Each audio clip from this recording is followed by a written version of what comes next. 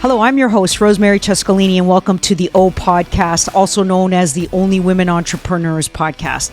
In a past life, I planned to have a lifelong career as a high school English teacher, but that was short-lived because I couldn't go along with the political nonsense that the government of the day expected me to go blindly and obediently following along.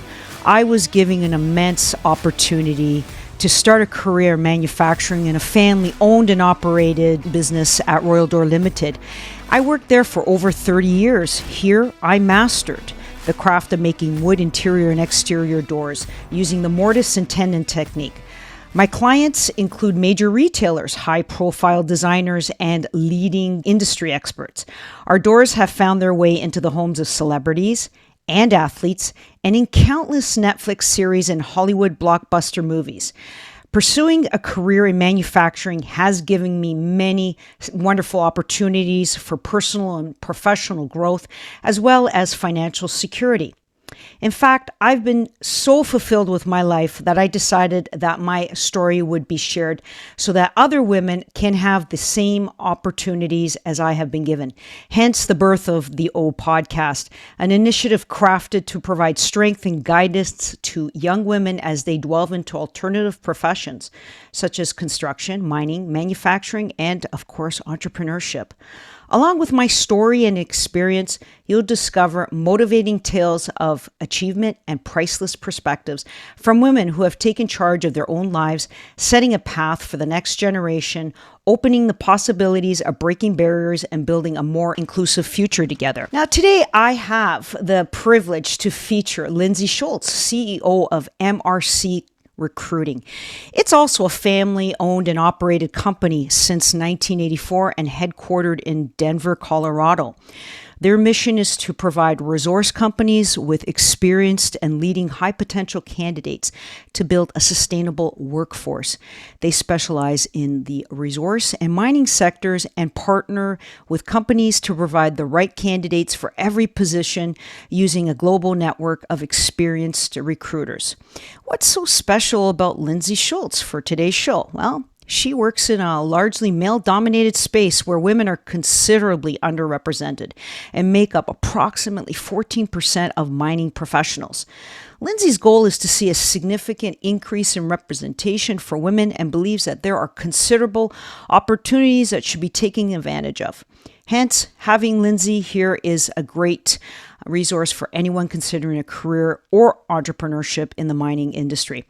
I am excited to hear all about what possibilities are available. So let's get the interview started and welcome Lindsey Schultz, CEO of MRC Recruiting. Hi there, Lindsey. Hello, Rosemary. Thank you for having me today. Oh, our pleasure. And again, you are a very busy lady, and it's so important that you're here and you connect with our audience because you have a lot of good things to say about the mining industry and the incredible opportunities that exist today.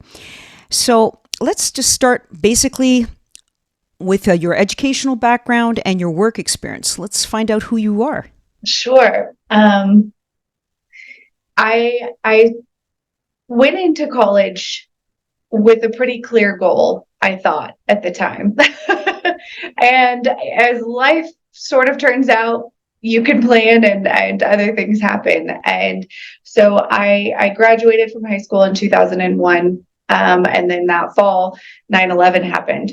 My family had always run MRC, and I sort of saw what happened to the market, not just for us, but for a number of people. And so going into college, I thought I would do HR or perhaps psychology. And that firmed up to business pretty quickly for me, having grown up with a family company. So I pursued human resources as my degree function. Right. Upon graduating, I interviewed, I did all kinds of things, and it kept turning out that people kept asking me to be a recruiter rather than a traditional HR person. And so in some ways, I felt like the recruiting gene had been bred into me.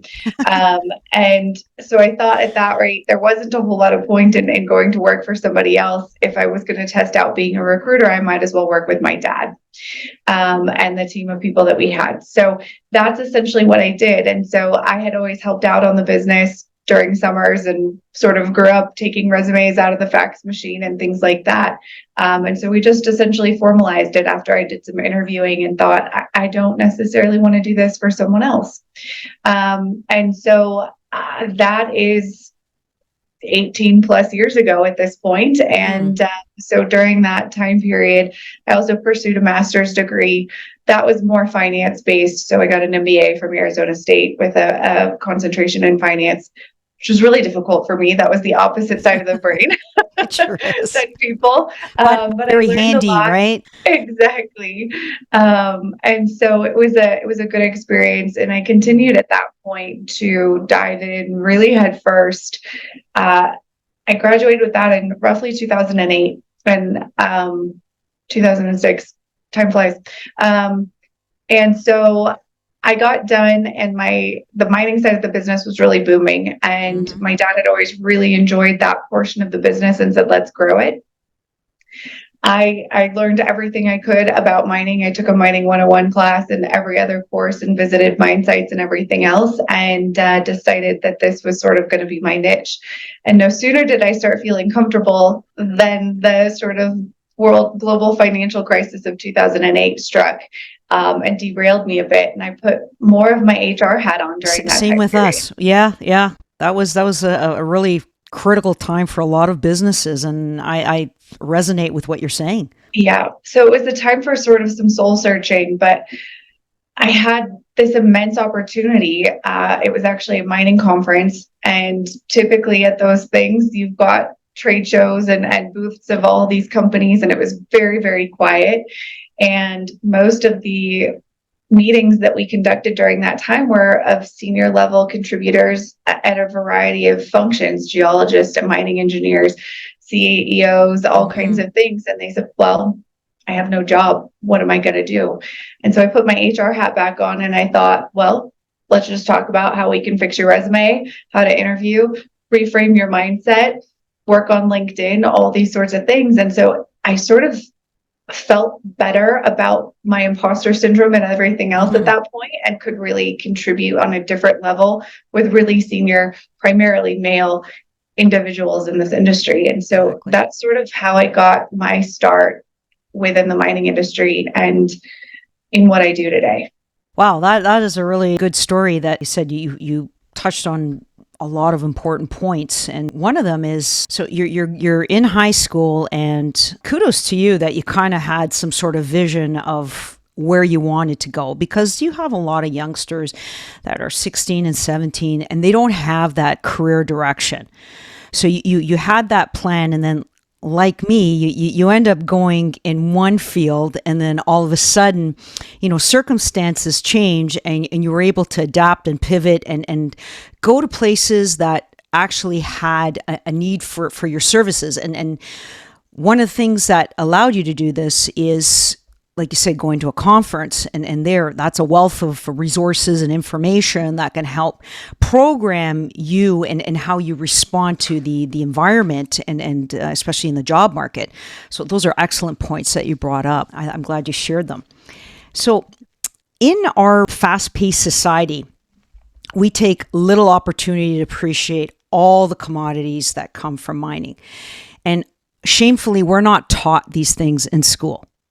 Okay, and a lot of people don't read books either these days, so you're not going to find it on the internet, but you're going to find it today on our podcast. So one post that I really, really enjoyed reading from your LinkedIn account was celebrating World Automobile Day. And the point that really hit home with me was, we would still be using a horse and carriage to this very day to get around if it weren't for mining. So can you present an image for our community of what our lives would be right now without the daily benefits we receive from the mining industry? We wouldn't be talking. We wouldn't be here, right? we wouldn't be doing this, that's for sure. I think the part that I've really come to recognize, both now as a parent as well as somebody that is in an industry that a lot of people just don't know about or talk about openly, is how many facets of our daily life mining touches. And so sort of like you ask your kid when they're little, where does milk come from? A cow. Well, where does your cell phone come from? Where does your house, where does your plumbing, where does your heat, where does your medication come from? Where does your food come from? So there isn't really a facet of our lives that mining doesn't touch. And so, several years ago, Mark Cutifani, who runs Valet, or did at that time, did a really great speech and said, these are all the areas that mining touches. And he said, we have a responsibility to do this the right way.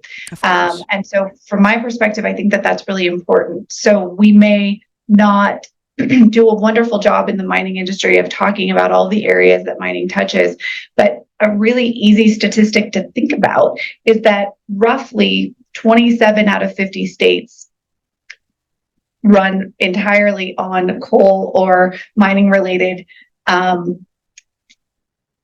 commodities. So 25% of our electricity output is from mining directly. So primarily coal. When we look at sustainability or sort of more green areas, you don't get a wind propeller without a lot of different things that are mined. You don't get an electric vehicle without lithium and cobalt and copper and all kinds of other things, all of which are mined. You don't get a cell phone without that.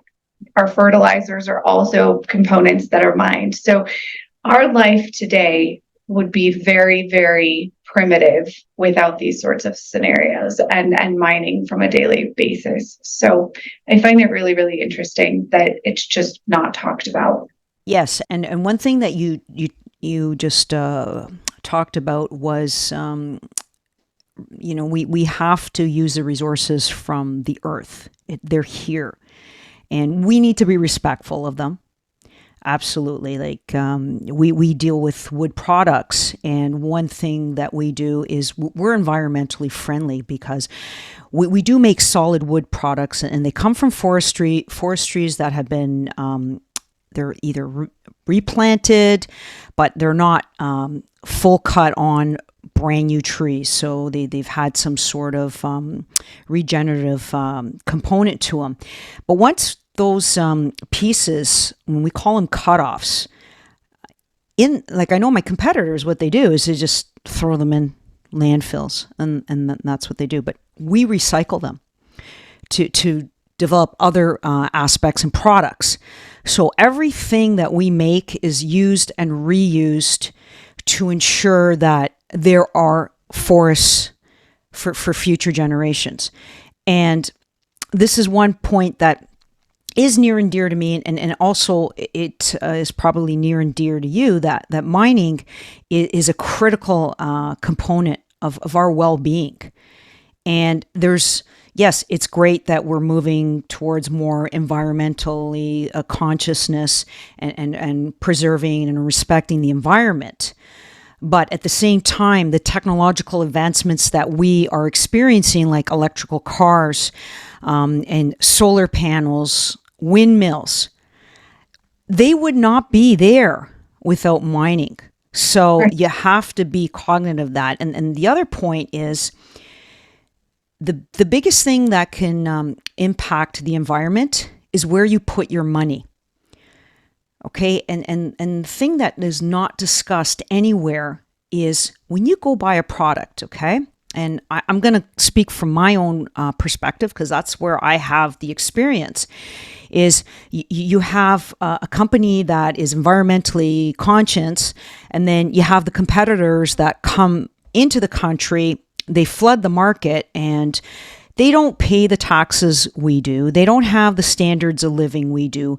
Hence, their products can be offered at cheaper prices, even a third.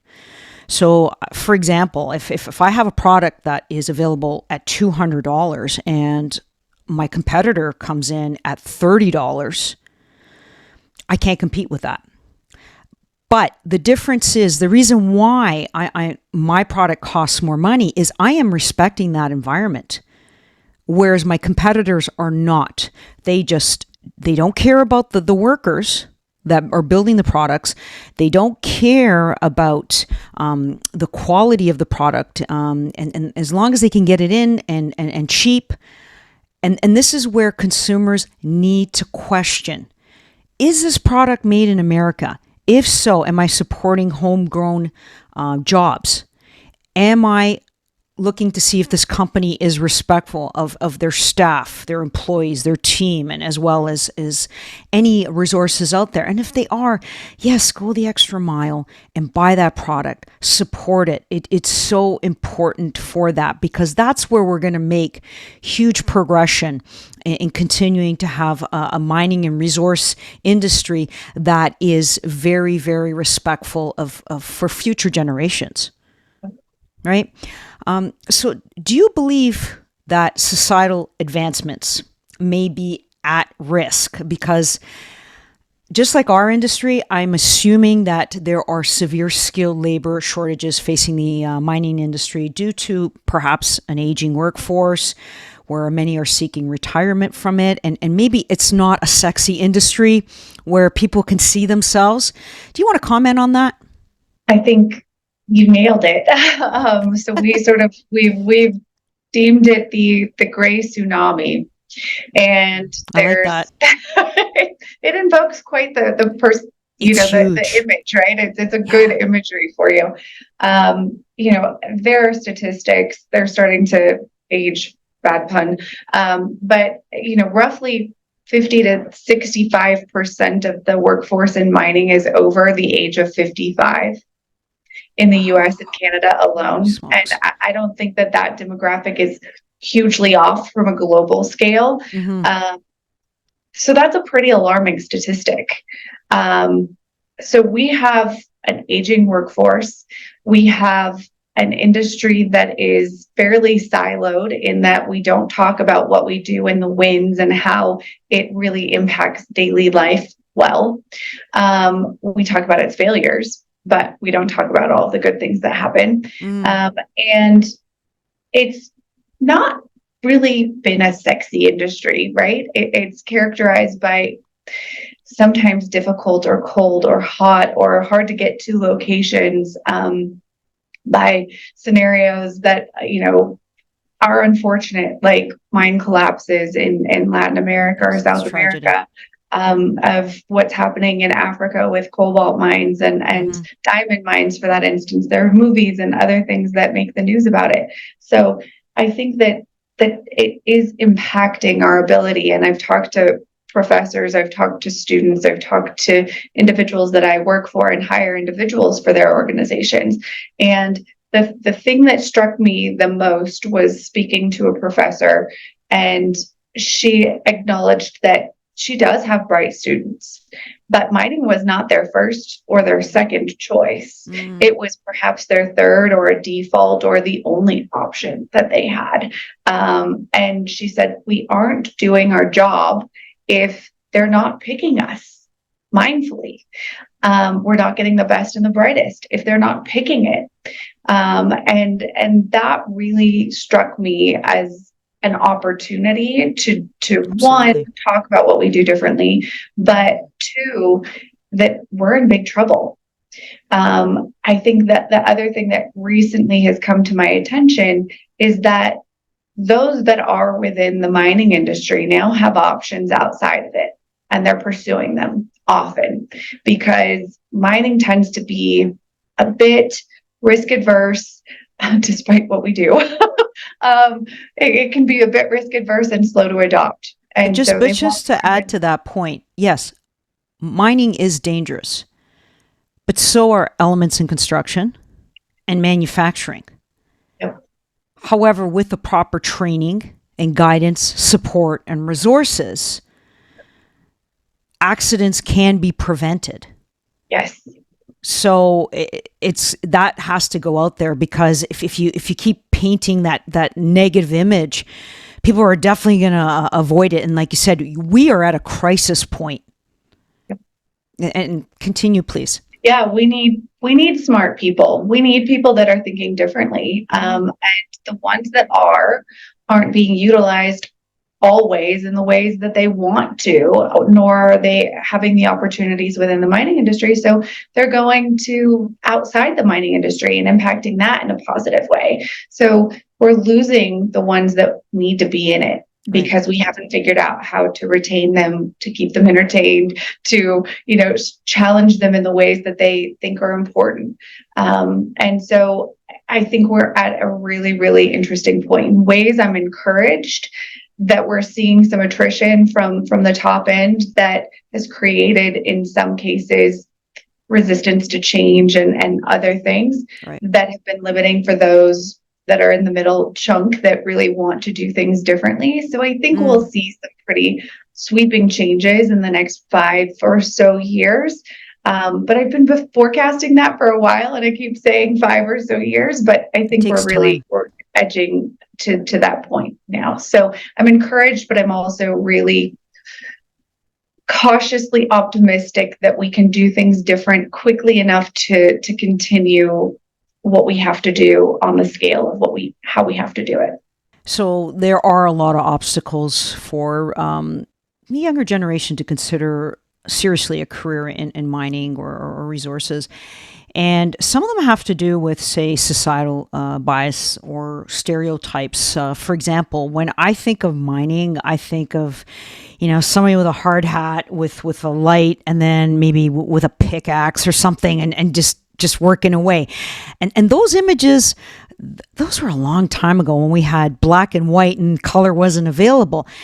I think that the mining industry itself hasn't done its job to kind of like go out there and use the internet to say, hey, these are the exciting careers that are available in mining. It's not just going into a mine and thinking, oh my goodness, my life can end here. There's a lot of opportunities. And this is where I want you to touch upon, because women are probably thinking, okay, mining, interesting, but what can I do other than be an actual miner in some of these areas where I'm like a little concerned? So can you elaborate on these possible opportunities that you're looking for?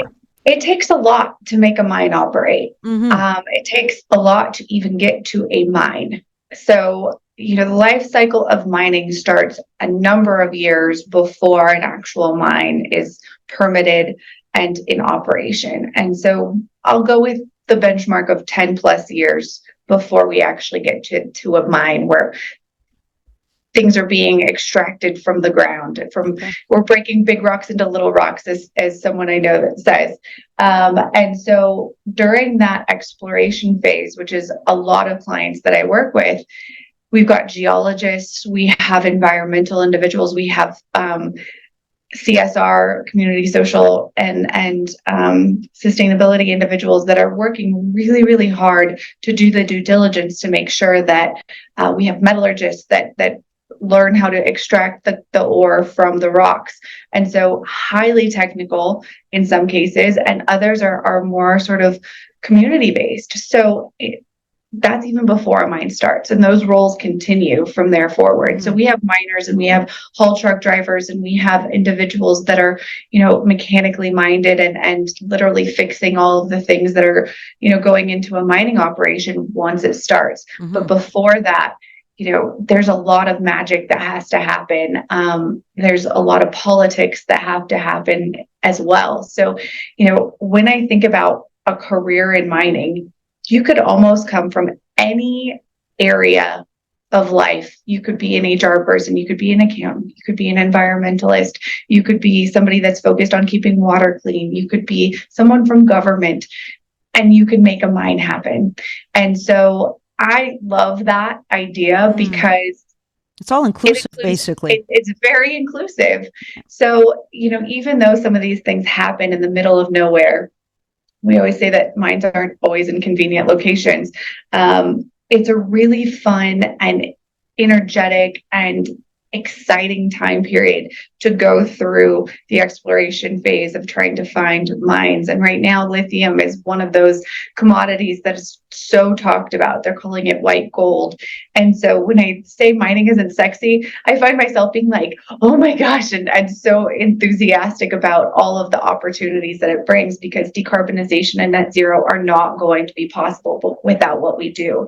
We just have to do it in a way that attracts the right individuals who want to do the right thing to protect the resources that we have and leave it better than it was. So I hope that answered your question. It did. You know what? You gave me so many ideas. So the thing I liked hearing was it was all inclusive. So whether I'm already in mid-career and I'm not really enjoying it and I want to pivot into a new direction in my life, or I could be someone in high school where I just hate school. I don't want to go to college. There's an opportunity there for me, which is just unbelievable. A couple of things that people consider when entering a career is job security and how much it pays, right? Yeah. And a lot of the skilled trades have been snapping up people now because, you go to college or university after 4 years, you have a ton of debt. You're not sure if you're going to get a job. And then you're going to get a job thinking, oh, I thought I was going to get 6 figures, but now I'm getting 30 to 40,000. And I'm like, oh, wow.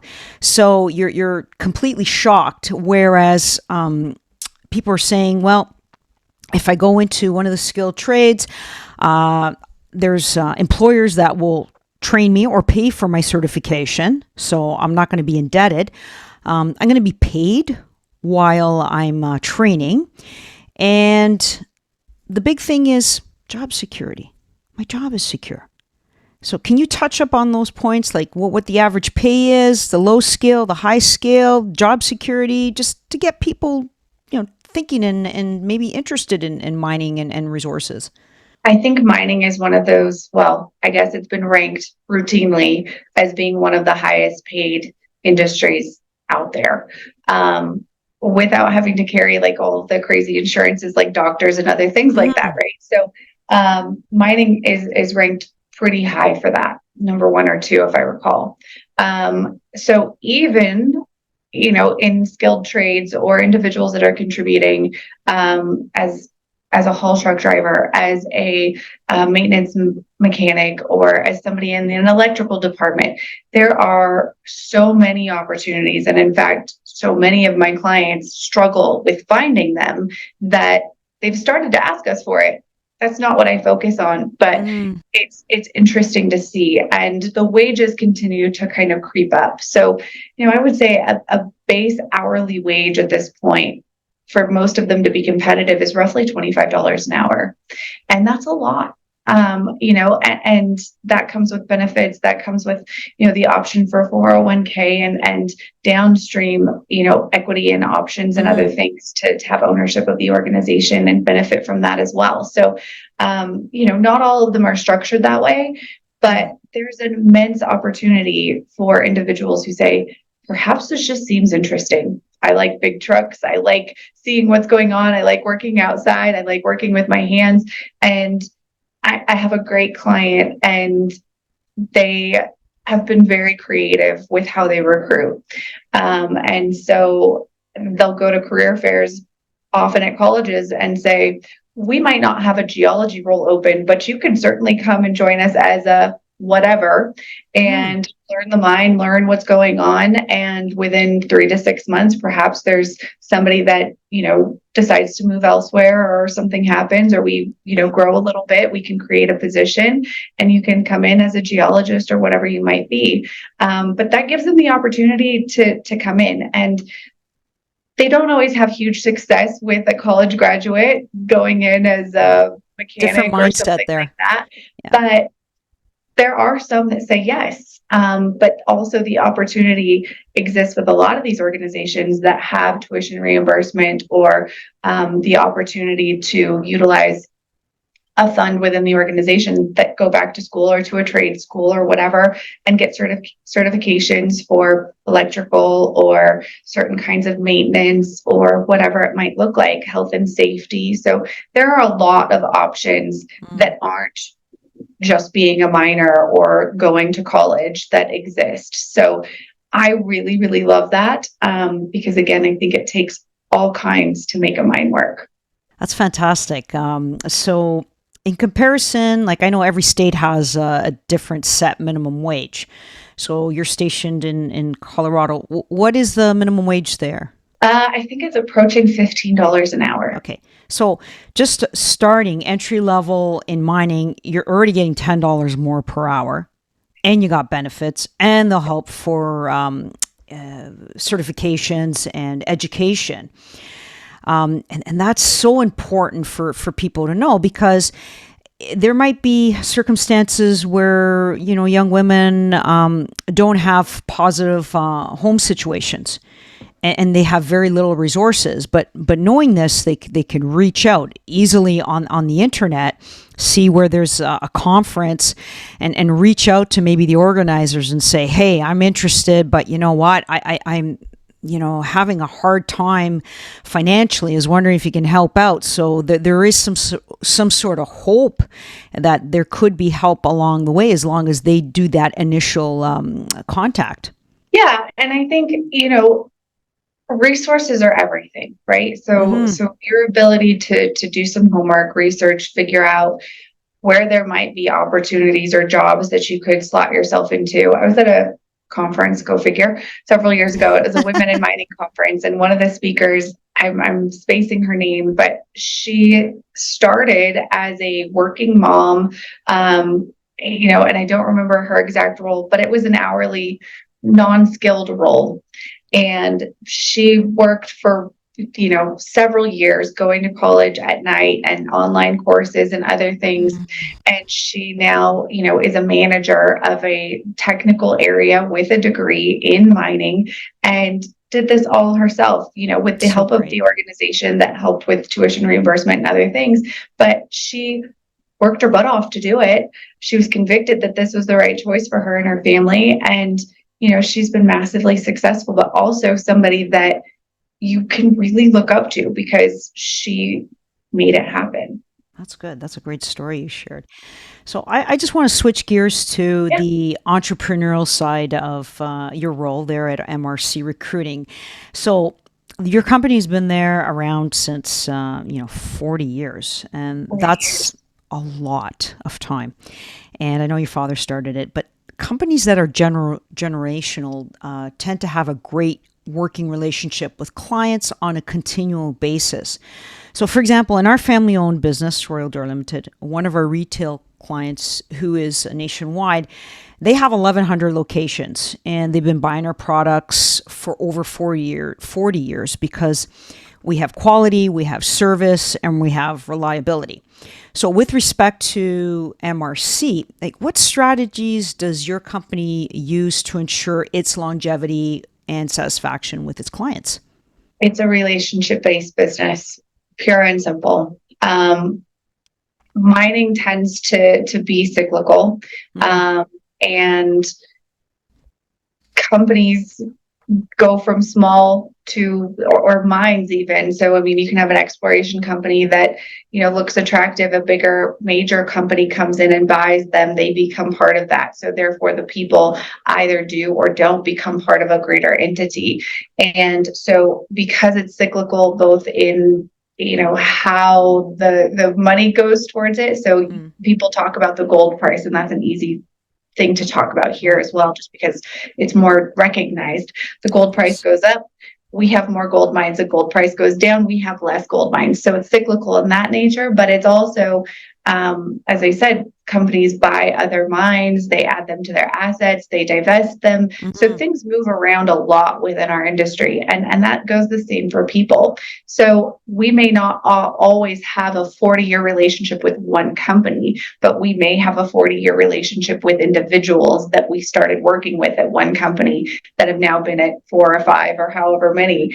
And so that's sort of the key to what we do. Is I think a lot of people come to us when they have a question, or when they need help, or when they want to shape up their resume, or when they want to understand how much they should be making in a specific role, or whatever issues, because everybody in our company does have an HR background and also knows mining. And so we try to make this a very human experience because we're dealing with people.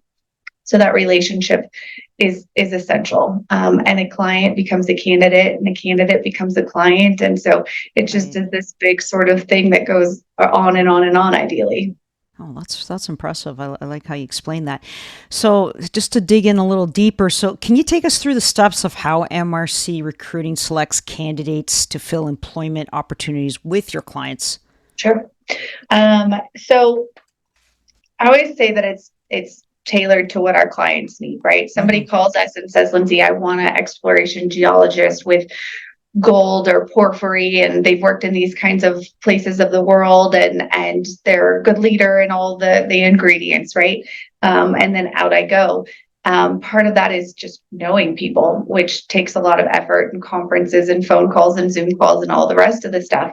But every search starts for us about learning about the team, learning about the company, learning about what they want to do and why they need to add to it, understanding the complexities and all of those sorts of things, and then going out and saying, okay, who do we know? How do we reach others that we don't, and cast really the biggest net possible to find additional individuals. So ideally, I always have an idea of what might be out there. It's just might not be the right time for them to move, or they could suggest somebody else. So we make it our business to know as many people as possible, and to sort of do no stone unturned in finding them. And so once we start doing that, it's a lot of phone calls, it's a lot of interviews, it's a lot of sharing of information on both sides. But again, because I think this is such a relationship-based business and we have to know people, we use other tools like the Colby assessment to really uncover, it's called cognitive bias, but essentially it's how you act, how you do, why you do the things that you do. And so we use tools like that to reveal other things that may not just come out in the course of a normal conversation. And so we do as much digging as humanly possible and making sure that it will fit. So a lot of companies don't always reveal who their clients are, and we do as we're allowed to, but we want to make sure that there's buy-in from both sides, because ultimately it has to be a win for the candidate, it has to be a win for the company,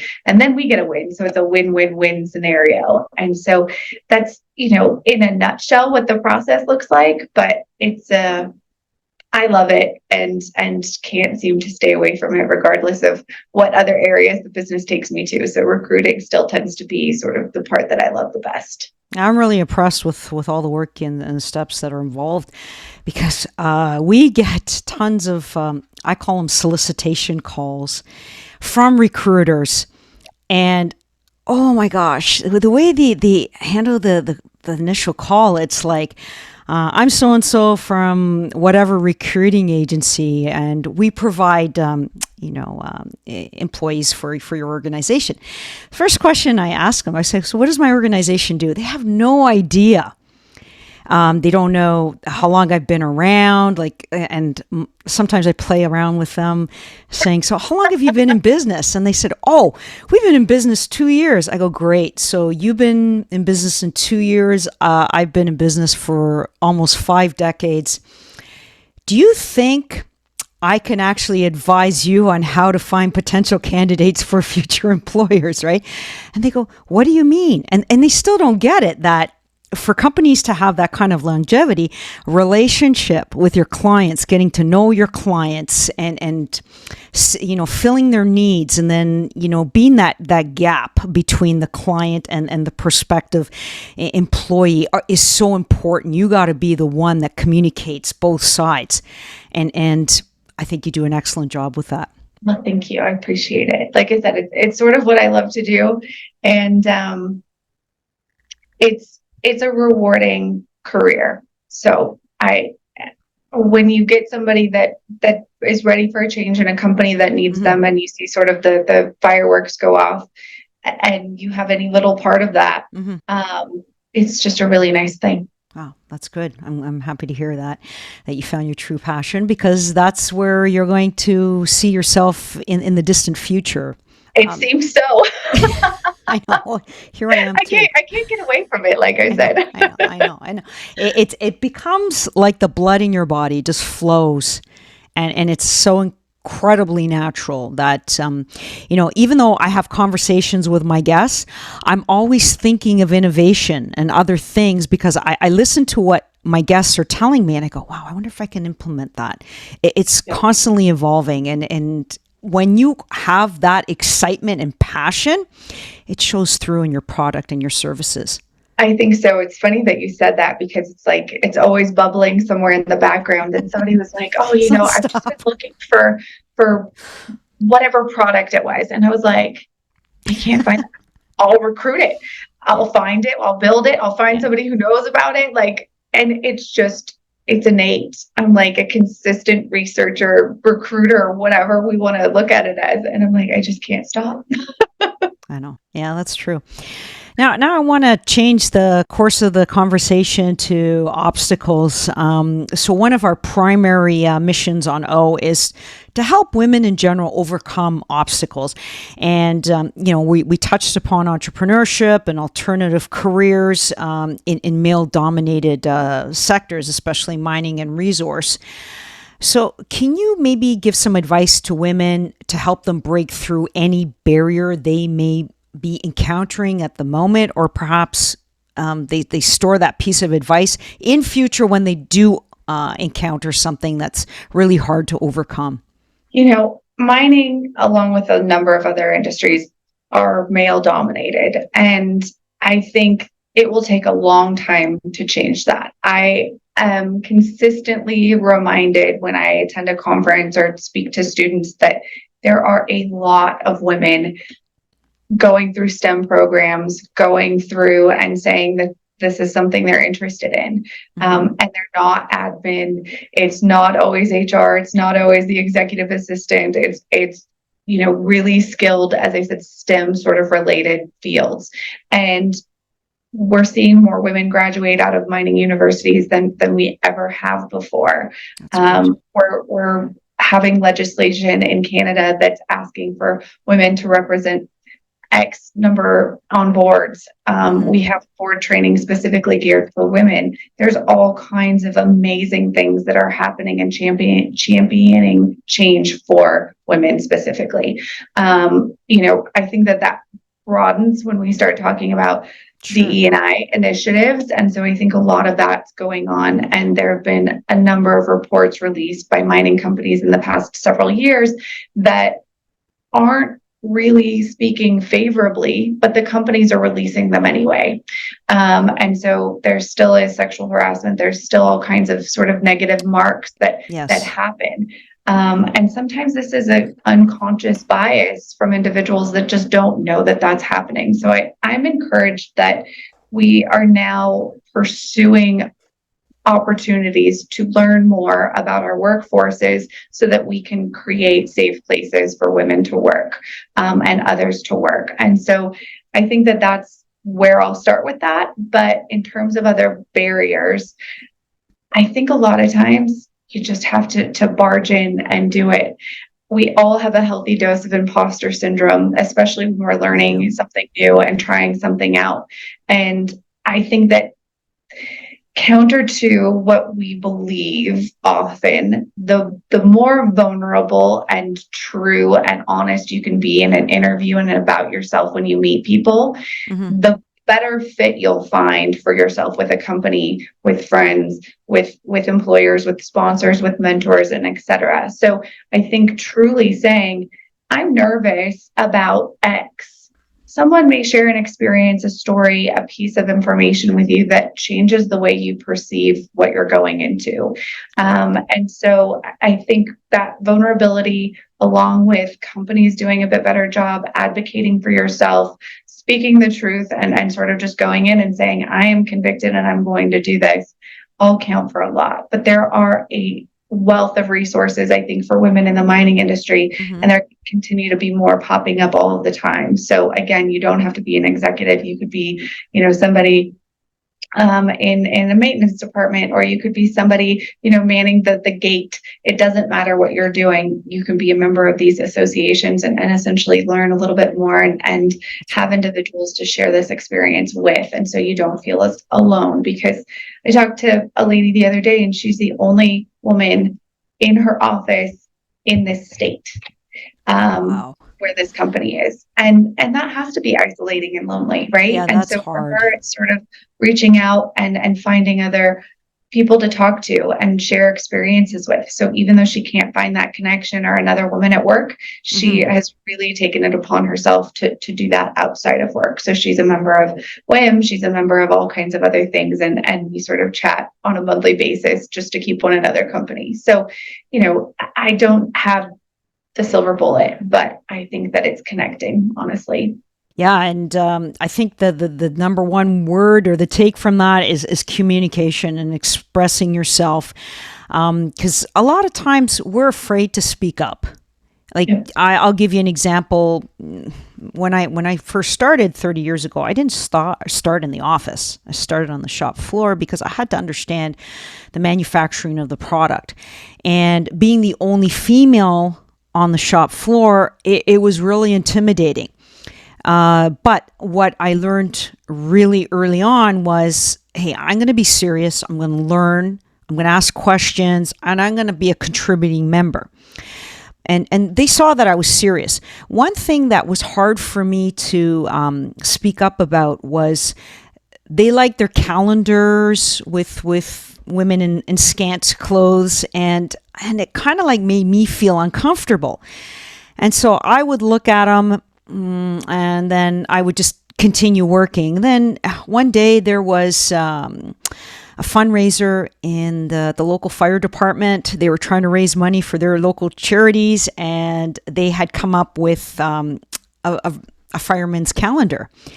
And you had males all buffed, wearing, scant clothing as well. So I purchased a few, and I brought it to work, and I just hung it up next to the ones that had the females.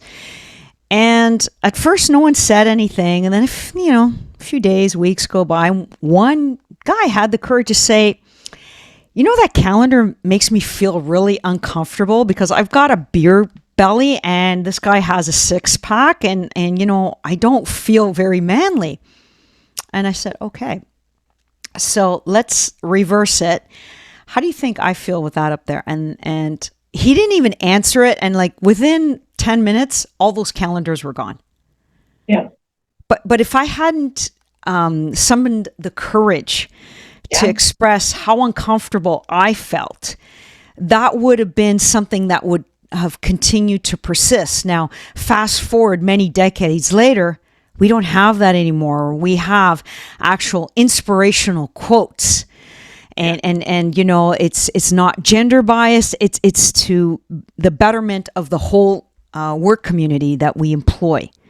So yeah, it's really, really well said. Your point's taken.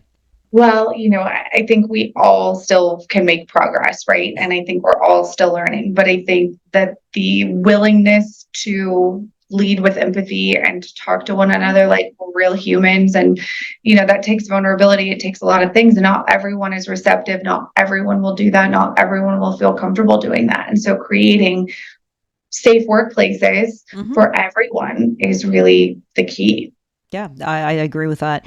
So your journey aligns with O's commitment to empowering women in business and alternative careers. So how do you believe your work contributes to fostering collaboration, innovation, growth for women in the workforce? I love this question. Thank you. I like it too. I can't wait to hear what you're going to say. So I feel like collaboration is so important. And I think that women are particularly good at collaborative relationships.